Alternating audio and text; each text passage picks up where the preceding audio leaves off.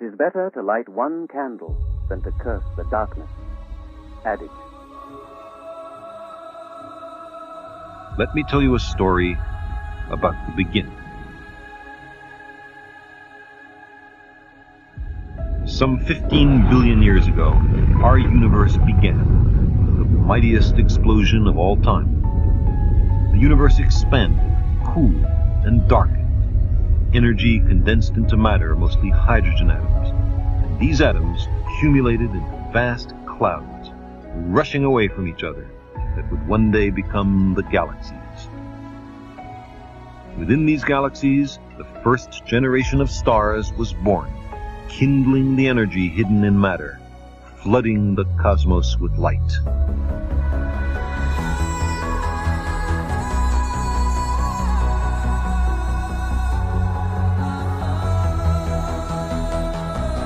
There were in those times no planets to receive the light, no living creatures to admire the radiance of the heavens. But deep in the stellar furnaces, nuclear fusion was creating the heavier atoms, carbon and oxygen, silicon and iron. These elements, the ash left by hydrogen, were the raw materials from which planets and life later arrived.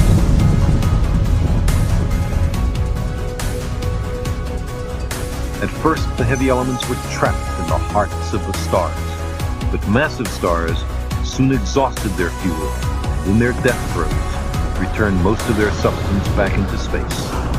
Interstellar gas became enriched in heavy elements. The matter of the cosmos was recycled into new generations of stars, now rich in heavy atoms, a legacy from their stellar ancestors. And in the cold of interstellar space, great turbulent clouds were gathered by gravity and stirred by starlight. In their depths, the heavy atoms condensed into grains of rocky dust and ice, and complex carbon-based molecules. In accordance with the laws of physics and chemistry, hydrogen atoms had brought forth the stuff of life.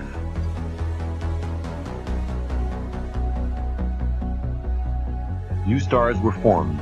Tiny condensations of matter accreted near them, inconspicuous motes of rock and metal, ice and gas that would become the planets.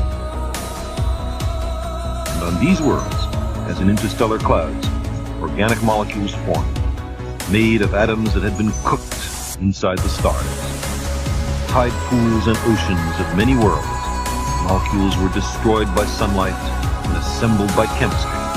One day, from these natural experiments, a molecule arose that quite by accident was able to make crude copies of itself. As time passed, self-replication became more accurate. Those molecules that copied better produced more copies. Natural selection was underway. Elaborate molecular machines had evolved. Slowly, imperceptibly, life had begun. Living things moved on to colonize the land. Reptiles held sway for a time. They gave way to small, warm-blooded creatures with bigger brains who developed dexterity and curiosity about their environment. They learned to use tools and fire and language.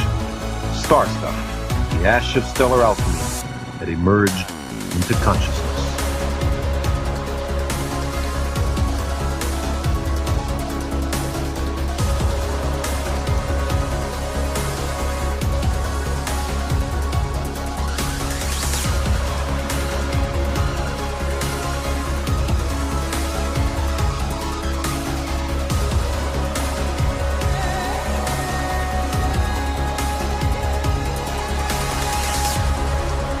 We are a way for the cosmos to know itself.